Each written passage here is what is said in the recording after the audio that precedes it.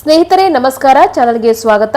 ಇವತ್ತಿನ ಒಂದು Bigg Boss Kannada 13 season update ಏನಪ್ಪಾ ಅಂದ್ರೆ 72 ವರ್ಷದ ರತ್ನಮ್ಮ ಹಾಗೂ 20 ವರ್ಷದ ಕುಮಾರಿ ಅವರು ಅಗ್ನಿ ಪರೀಕ್ಷೆಯಲ್ಲಿ ಒಂದು ಭರ್ಜರಿ ಟ್ವಿಸ್ಟ್ ಅನ್ನು ಕೊಟ್ಟಿದ್ದಾರೆ ಅಂತ ಹೇಳ್ಬೋದು. ಕನ್ನಡ ಕಿರುತೆರೆಯ ಬಹು ನಿರೀಕ್ಷಿತ ರಿಯಾಲಿಟಿ ಶೋ ಆಗಿರ್ತಕ್ಕಂತಹ ಕನ್ನಡ ಬಿಗ್ ಬಾಸ್ 13ಕ್ಕೆ ಕ್ಷಣಗಣನೆ ಆಲ್ರೆಡಿ ಆರಂಭ ಆಗಿದೆ.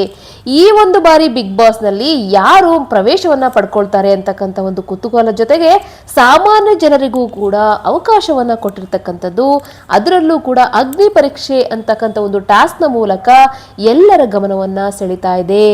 ಇದೀಗ ಈ ಅಗ್ನಿ ಪರೀಕ್ಷೆಯಿಂದ ಬಂದಿರತಕ್ಕಂತಹ ಸುದ್ದಿ ಎಲ್ಲರ ಗಮನವನ್ನ ಸೆಳೀತಾ ಇದೆ. ಅದರಲ್ಲಿ 72 ವರ್ಷದ ರತ್ನಮ್ಮ ಹಾಗೂ ಕೇವಲ 20 ವರ್ಷದ ಕುಮಾರಿ ಅವರು ಆಯ್ಕೆ ಆಗಿರ್ತಾರೆ. ಹೌದು ಸ್ನೇಹಿತರೆ, ವಯಸ್ಸಿನಲ್ಲಿ ಬರೋಬ್ಬರಿ 5 ದಶಕಗಳಿಗೂ ಹೆಚ್ಚಿನ ವ್ಯತ್ಯಾಸ ಇರತಕ್ಕಂತಹ ಇಬ್ಬರು ಕೂಡ ಬಿಗ್ ಬಾಸ್ ಅಭಿಮಾನಿಗಳಲ್ಲಿ ಒಂದು ಕುತೂಹಲವನ್ನ ಮೂಡಿಸಿದ್ದಾರೆ. ನಮಗೆಲ್ರಿಗೂ ಗೊತ್ತು ಅಗ್ನಿ ಪರೀಕ್ಷೆ ಅಂದ್ರೆ ಏನು ಅಂದ್ರೆ, ಈ ಒಂದು ಸೀಸನ್ನ ವ್ಯಕ್ತಿಗಳನ್ನ ಆಯ್ಕೆ ಮಾಡಲಿಕ್ಕೋಸ್ಕರ ಒಂದು ಟಾಸ್ಕ್ ಅನ್ನು ಕೊಟ್ಟಿದ್ದಾರೆ. ಆ ಟಾಸ್ಕ್ಗಳ ಮೂಲಕ ಆಯ್ಕೆ ಪ್ರಕ್ರಿಯೆ ಅಂತಕ್ಕಂಥದ್ದು ನಡೀತಾ ಇದೆ. ಇಲ್ಲಿ ಸಾಮಾನ್ಯ ಜನರಿಗೂ ಕೂಡ ಬಿಗ್ ಬಾಸ್ನ ಭಾಗವಾಗುವಂತಹ ಅವಕಾಶವನ್ನ ಕೊಟ್ಟಿದ್ದಾರೆ ಬಿಗ್ ಬಾಸ್. ಲಕ್ಷಾಂತರ ಮಂದಿ ಆಡಿಷನ್ನಲ್ಲಿ ತಮ್ಮ ವಿಡಿಯೋಗಳನ್ನು ಕಳಿಸಿದ್ರು. ಅದರಲ್ಲಿ ಆಯ್ಕೆಯಾಗಿರ್ತಕ್ಕಂತಹ ಕೊನೆಗೆ 60 ಒಂದು ಅಭ್ಯರ್ಥಿಗಳನ್ನ ಇಲ್ಲಿ ಫೈನಲ್ ಆಗಿ ಸೆಲೆಕ್ಟ್ ಮಾಡಿದ್ದಾರೆ. ಈ ಒಂದು 60 ಜನರು ಕೂಡ ಅಗ್ನಿ ಪರೀಕ್ಷೆ ಹಂತಕ್ಕೆ ಬಂದು ನಿಂತಿದ್ದಾರೆ ಅಂತ ವಿಷಯ ನಮಗೆ ಗೊತ್ತಿದೆ. ಅದರಲ್ಲಿ ಕೂಡ ಮಾಜಿ ಬಿಗ್ ಬಾಸ್ ಸ್ಪರ್ಧಿಗಳೇ ಇಲ್ಲಿ ತೀರ್ಪುಗಾರರಾಗಿರ್ತಕ್ಕಂಥದ್ದು ಮತ್ತೊಂದು ವಿಶೇಷ. ನಮಗೆಲ್ಲರಿಗೂ ಗೊತ್ತಿರುವ ಹಾಗೆ ಸಂಗೀತ ಶೃಂಗೇರಿ ಆಗಿರಬಹುದು, ವಿನಯ್ ಆಗಿರಬಹುದು, ಚಂದನ್ ಶೆಟ್ಟಿ, ಶ್ರುತಿ ಇವರೆಲ್ಲರೂ ಕೂಡ ಒಂದು ಕಳೆದ ಸೀಸನ್ಗಳಲ್ಲಿ ಭಾಗಿಯಾಗಿರ್ತಕ್ಕಂತಹ ಅಭ್ಯರ್ಥಿಗಳೇ. ಅದ್ರ ಜೊತೆಗೆ ಆಂಕರ್ ಆಗಿ ನಮ್ಮ ನಿರಂಜನ್ ದೇಶಪಾಂಡೆ ಅವರು ಕಾಣ್ತಿರ್ತಕ್ಕಂಥದ್ದು ವಿಶೇಷ. ಇನ್ನು ಈ 72 ವರ್ಷದ ರತ್ನಮ್ಮರವರ ಆಯ್ಕೆ ಅಂತಕ್ಕಂಥದ್ದು ಎಲ್ಲರ ಒಂದು ಗಮನ ಸೆಳೆದಿದೆ. ಯಾಕೆಂದರೆ ಬಿಗ್ ಬಾಸ್ನಲ್ಲಿ ಕಠಿಣ ರಿಯಾಲಿಟಿ ಶೋಗಳು ಬರ್ತಾ ಇರುತ್ತೆ.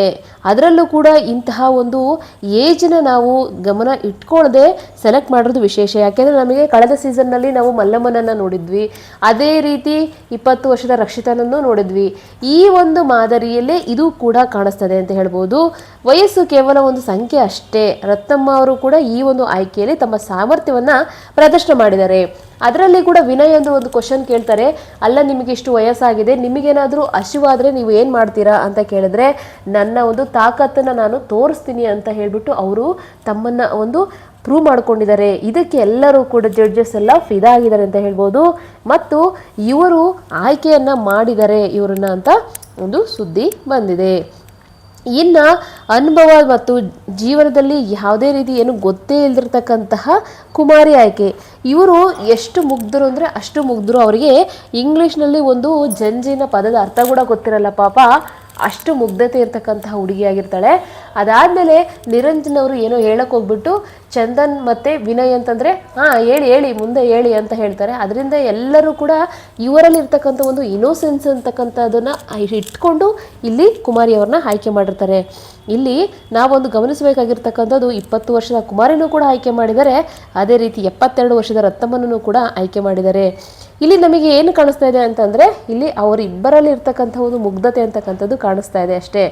ಇಲ್ಲಿ ವಯಸ್ಸು ಅಂತಕ್ಕಂಥದ್ದು ಜಸ್ಟ್ ನಂಬರ್ ಅಷ್ಟೇ ಬಿಗ್ ಬಾಸ್ಗೆ ಹೋಗಲಿಕ್ಕೆ. ಈ ಒಂದು 2 ಕಾಂಬಿನೇಷನ್ ಇವಾಗ ಒಂದು ಬಿಗ್ ಬಾಸ್ ಅಭಿಮಾನಿಗಳಲ್ಲಿ ಒಂದು ಭಾರಿ ಕುತೂಹಲವನ್ನು ಹೆಚ್ಚಿಸ್ತಾ ಇದೆ. ಇಬ್ಬರಿನ ವಯಸ್ಸಿನ ನಡುವೆ ಸುಮಾರು 52 ವರ್ಷಗಳ ವ್ಯತ್ಯಾಸ ಇದೆ. ಇಬ್ಬರು ಜೀವನದಲ್ಲಿ ಹಲವು ಅನುಭವಗಳನ್ನು ಹೊಂದಿರತಕ್ಕಂಥವ್ರು. ಒಬ್ಬರು ಹಿರಿಯ ವ್ಯಕ್ತಿತ್ವ ಆಗಿರುತ್ತೆ, ಇನ್ನೊಂದು ಏನು ಗೊತ್ತಿಲ್ಲದಿರ್ತಕ್ಕಂಥ 20 ವರ್ಷದ ಯುವತಿಯಾಗಿರ್ತಾಳೆ.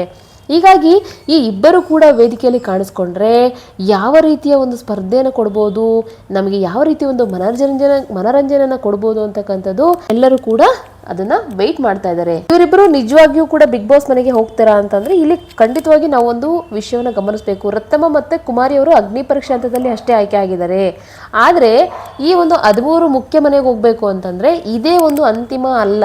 ಇನ್ನು ಇದಕ್ಕೆ ಸಂಬಂಧಪಟ್ಟಂತೆ ಇನ್ನು ಕೆಲವು ಅಧಿಕೃತ ಮಾಹಿತಿಗಳು ನಮಗೆ ಬರಬೇಕಾಗಿದೆ. ಅದಾದ ಕೆಲವು ವರದಿಗಳ ನಂತರ ಸಾಮಾನ್ಯ ಸ್ಪರ್ಧಿಗಳ ಅಥವಾ ವಿಶೇಷ ಸ್ಪರ್ಧಿಗಳ ಇವರೆಲ್ಲರನ್ನೂ ಕೂಡ ಒಂದು ಸ್ವಾಪ್ ಮಾಡಿಬಿಟ್ಟು ಅದಾದ ನಂತರ ಅವರು ಸೆಲೆಕ್ಟ್ ಮಾಡುವಂಥ ಪ್ರಕ್ರಿಯೆ ಅಂತಕ್ಕಂಥದ್ದು ನಡೆಯುತ್ತೆ. ಆದ್ದರಿಂದ ರತ್ನಮ್ಮ ಮತ್ತು ಕುಮಾರಿ ಬಿಗ್ ಬಾಸ್ ಫೈನಲ್ ಆಗಿ ಎಂಟ್ರಿ ಆಗ್ತಾರಾ ಅಂತಕ್ಕಂಥದ್ದು ಖಚಿತವಾಗಿ ಹೇಳೋದಕ್ಕಿಂತ ಅವರು ಅಗ್ನಿ ಪರೀಕ್ಷೆಯಲ್ಲಿ ಆಯ್ಕೆಯಾಗಿದ್ದಾರೆ ಅಂತ ಅಷ್ಟೇ ಹೇಳ್ಬೋದು ನಾವು. ಇನ್ನು ಈ ಬಿಗ್ ಬಾಸ್ 13ರಲ್ಲಿ ಹೊಸ ಪ್ರಯೋಗ ಏನಪ್ಪ ಅಂತಂದರೆ, ಕನ್ನಡ ತಂಡ ಹೊಸ ರೀತಿಯ ಒಂದು ಪ್ರಯೋಗಕ್ಕೆ ಮುಂದಾಗಿದೆ.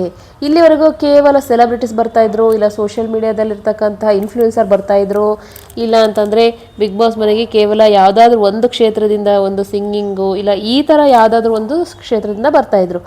ಆದರೆ ಈ ಬಾರಿ ಏನಾಗಿದೆ ಅಂದರೆ ಜನಸಾಮಾನ್ಯರಿಗೂ ಕೂಡ ಅವಕಾಶನ ಕೊಟ್ಟಿದ್ರು. ಇದಕ್ಕಿಂತ ಮುಂಚೆ ಒಂದು ಸೀಸನಲ್ಲಿ ಮಾತ್ರ ಆ ಥರ ನಡೆದಿತ್ತು ಜನಸಾಮಾನ್ಯರಿಗೆ. ಅದಾದಮೇಲೆ ಇದೇ ನೆಕ್ಸ್ಟ್ ಸೆಕೆಂಡ್ ಟೈಮ್ ಈ ಥರ ಜನಸಾಮಾನ್ಯರು ಕೂಡ ಬರ್ಬೋದು ಅಂತ ಅವಕಾಶವನ್ನು ಕೊಟ್ಟಿದ್ದು. ಇದೇ ಕಾರಣಕ್ಕೆ ಏನಾಗುತ್ತೆ, ಬಿಗ್ ಬಾಸ್ ಸೀಸನ್ 13 ಅಂತಕ್ಕಂಥದ್ದು ಎಲ್ಲ ಸೀಸನ್ಗೆ ಕಂಪೇರ್ ಮಾಡಿದ್ರೆ ಇದೊಂದು ವಿಭಿನ್ನ ಅಂತ ಹೇಳುತ್ತೆ.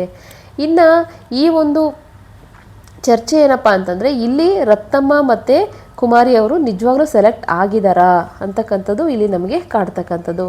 ಇನ್ನು 20 ವರ್ಷದ ಕುಮಾರಿ ಅಷ್ಟು ಮುಗ್ಧವಾಗಿರ್ತಕ್ಕಂಥ ವ್ಯಕ್ತಿತ್ವ ಅವ್ರದ್ದು ಮತ್ತು ತುಂಬ ಅನುಭವಗಳನ್ನು ನೋಡಿರ್ತಕ್ಕಂಥ ರತ್ನಮ್ಮ ಇನ್ನೊಂದು ಕಡೆ.